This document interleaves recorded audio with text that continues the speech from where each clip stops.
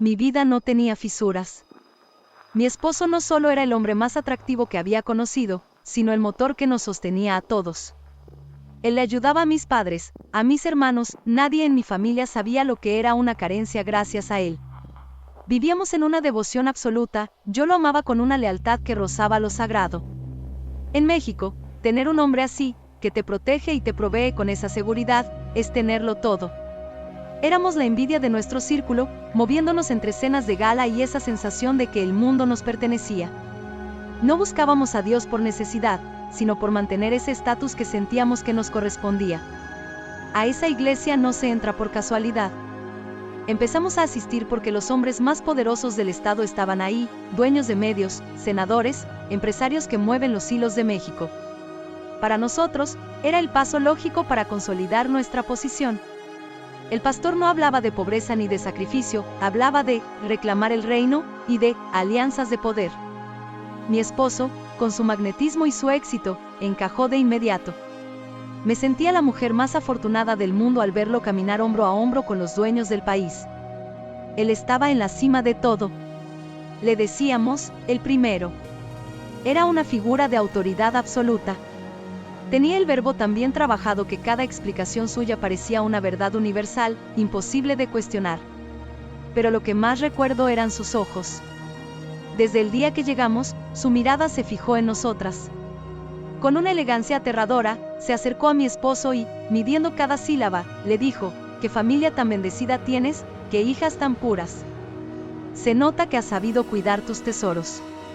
En ese momento lo tomé como un cumplido, como la validación del hombre que más respetaba. Todo estaba tan organizado que daba paz. La iglesia nos dividía para fortalecernos. A nosotras, las esposas, nos daban cátedra sobre la abnegación, sobre cómo ser el soporte silencioso del marido y cómo blindar a nuestros hijos del mundo exterior.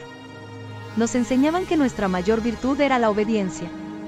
Mientras tanto, a los jóvenes los llevaban a sus propias enseñanzas de vida pura. Yo veía a mis hijas irse con sus Biblias, felices, y sentía que estaba haciendo lo correcto. Era un sistema perfecto. Mientras yo aprendía a ser sumisa, mis hijas aprendían a no cuestionar la autoridad de los mayores. La fachada era tan brillante que no me dejaba ver la sombra que proyectaba. Mi esposo vivía en otra dimensión. Había niveles. Primero, las reuniones de perseverancia y valor familiar para todos los hombres maduros, donde les reforzaban la idea de ser los sacerdotes de su hogar. Pero luego venía el filtro. Solo los que tenían el apellido, el peso en la cuenta bancaria o el puesto en el gobierno pasaban a la siguiente puerta. Mi esposo era uno de ellos. Yo lo veía arreglarse con un brillo de ambición en los ojos que me asustaba y me atraía a la vez. Él iba a esas reuniones con los más adinerados de México, convencido de que estaba forjando el destino de nuestra familia. Para mí era difícil sospechar cómo iba a ser malo algo que hacía que los hombres más respetables del país se arrodillaran a orar. Mi esposo, ese hombre que siempre tuvo el control de cada segundo de nuestras vidas, empezó a desmoronarse frente a mis ojos. Ya no caminaba con la misma seguridad por los pasillos de la iglesia. Su trato con el primero cambió, la admiración se convirtió en una tensión eléctrica, en silencios cargados de un odio que él intentaba disimular sin éxito. Empezó a alejarse de ese círculo de exclusividad que antes tanto buscaba.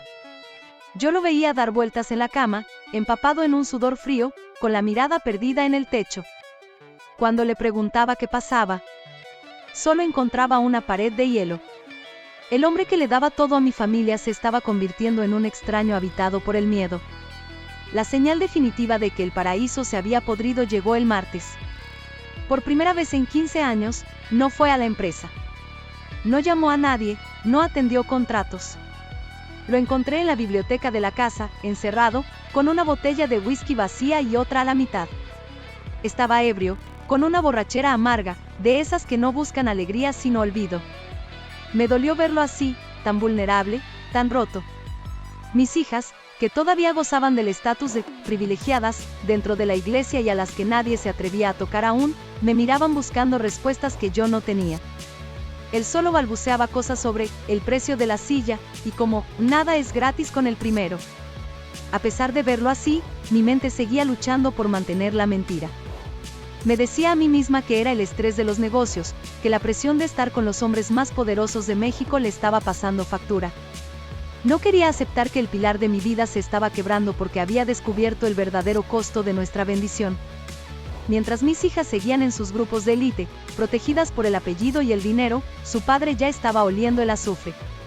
Los rumores empezaron como un susurro venenoso en los pasillos de la iglesia. Se hablaba de las niñas más humildes, aquellas que no tenían apellidos ni protección, las que la congregación usaba como fachada de caridad. Decían que en las clases de pureza les habían arrebatado todo. Yo me negaba a creerlo, mi mente no podía concebir que bajo la mirada del primero ocurriera tal monstruosidad. Busqué consuelo en mi esposo, esperando que él, con su autoridad, desmintiera esa locura. Pero su reacción me heló la sangre, se quedó en silencio. No hubo indignación, no hubo un plan para proteger a nuestras propias hijas. Solo un silencio pesado. Entonces, lo que eran rumores se convirtió en una verdad que nadie pudo tapar. Aparecieron los videos. Eran grabaciones crudas, frías, de las violaciones. Esas niñas, las que nosotros veíamos los domingos, habían sido convertidas en mercancía y en evidencia. Al violador no se le veía el rostro, era una sombra. El escándalo sacudió los cimientos de México, pero dentro de mi casa, el terremoto fue peor. Mi esposo, al ver las noticias, entró en un estado errático que me aterraba. Ya no era solo el alcohol, era paranoia, como si la sombra del video estuviera persiguiéndolo a él también. Lo miraba caminar de un lado a otro, destrozando cosas, gritando por teléfono con voces que yo no reconocía. Sus ojos ya no tenían rastro del hombre del que me enamoré, eran los ojos de alguien que está viendo su propia tumba. El hecho de que ni siquiera abrazara a nuestras hijas para asegurarles que nada les pasaría fue la herida definitiva. Mientras las madres de las niñas humildes gritaban justicia, mi esposo se hundía en un terror que no podía explicar, era cínico. Ver a El Primero en los medios nacionales era como ver a un ángel indignado. Con esa voz impecable y ese verbo que hipnotizaba a México, aseguraba que en su congregación no había lugar para degenerados. Se mostraba firme, casi heroico, declarando que él mismo abriría las puertas de la iglesia para cualquier investigación. Caiga quien caiga, decía con una mirada de acero frente a los reporteros. Lo vi ofrecer su total cooperación a las autoridades para dar con los responsables, como si él no fuera el dueño de cada cámara oculta y de cada secreto guardado bajo llave. Su actuación era tan convincente que por un momento dudé de mis propios miedos, pero entonces miré a mi esposo. Mientras El Primero brillaba en la televisión, mi esposo se marchitaba en las sombras de nuestra casa. Ver esa entrevista no le dio paz, lo terminó de quebrar. Mientras el líder se lavaba las manos ante todo el país, mi esposo comenzó a actuar como un animal acorralado. Las autoridades, que eran los mismos políticos que asistían a nuestras cenas de élite, estaban investigando una estructura que ellos mismos ayudaron a construir. El chat de las mujeres de la iglesia, ese lugar donde antes compartíamos oraciones y consejos de crianza, se convirtió en mi ejecución. Apareció un video más. No era como los anteriores, esta vez la luz era clara, el ángulo era directo. No había sombras que lo protegieran. Vi la cara del violador. Era él. Era el hombre que yo veneraba, el padre que abrazaba a mis hijas cada noche, el esposo que me juraba protección. Lo vi sobre una niña que tenía la misma edad que las mías, con una frialdad que me arrancó el alma del cuerpo. El mundo no se detuvo, se hizo pedazos bajo mis pies. Él estaba ahí, cuando lo vi. Se puso pálido, empezó a tartamudear con una voz que ya no me inspiraba respeto, solo náuseas. Es una trampa. Es un montaje del Primero para hundirme, tú me conoces. Decía mientras se acercaba. No lo dejé terminar. No sé de dónde saqué la fuerza, pero lo golpeé con todo el odio de una mujer traicionada, descargando cada golpe. Ya no veía al amor de mi vida, veía a una bestia, a un depredador que se había escondido detrás de mi matrimonio durante años. Tomé a mis hijas por los brazos y las saqué de la casa sin mirar atrás. Sus caras eran de terror absoluto, no entendían cómo su héroe se había convertido en un monstruo en un abrir y cerrar de ojos. El Primero seguía en las noticias, impune, moviendo los hilos, pero mi guerra ya no era contra él. Mi guerra era alejar a mis niñas de la sombra de ese hombre.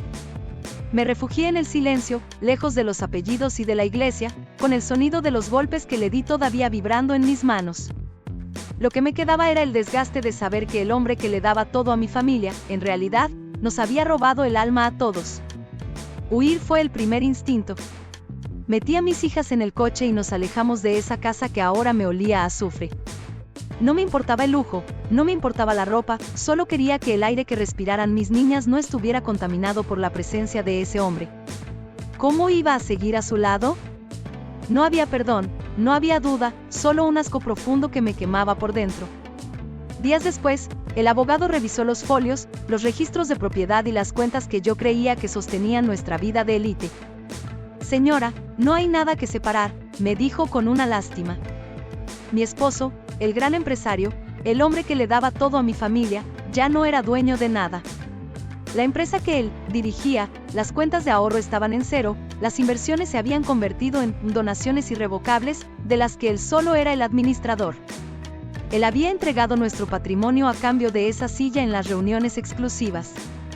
Tuve que verlo. No por amor, ni por odio, sino por la burocracia de la libertad. Fui a la cárcel solo para que firmara el divorcio.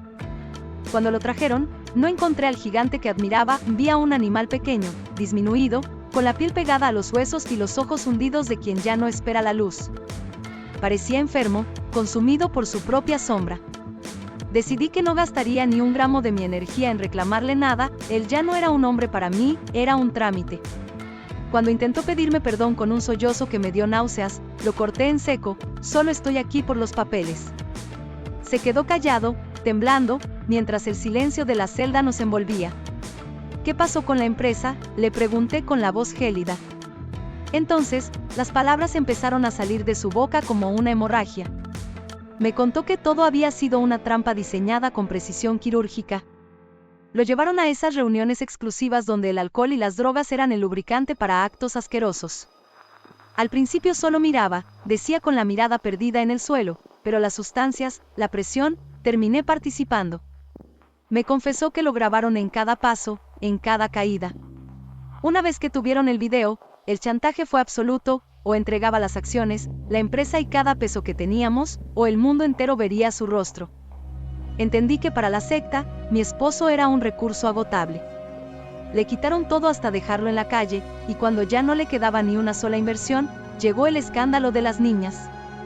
La organización necesitaba un rostro para la ira del país, una cabeza que rodara para que la del primero siguiera en lo alto de los medios de comunicación.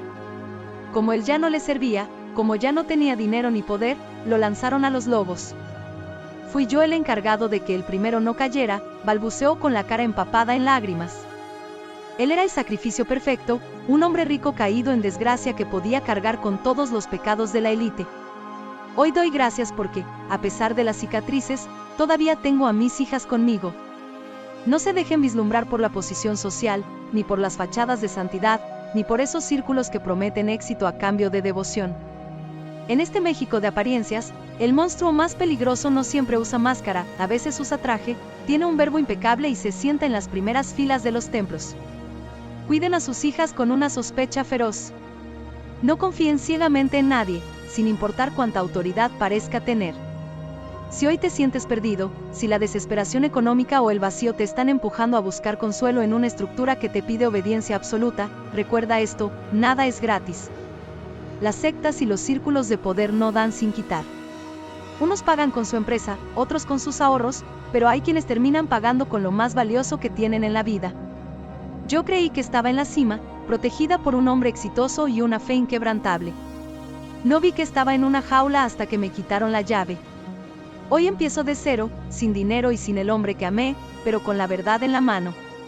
La verdadera protección no está en un líder ni en un círculo de hombres poderosos, está en no permitir jamás que nadie se convierta en el dueño de tu destino.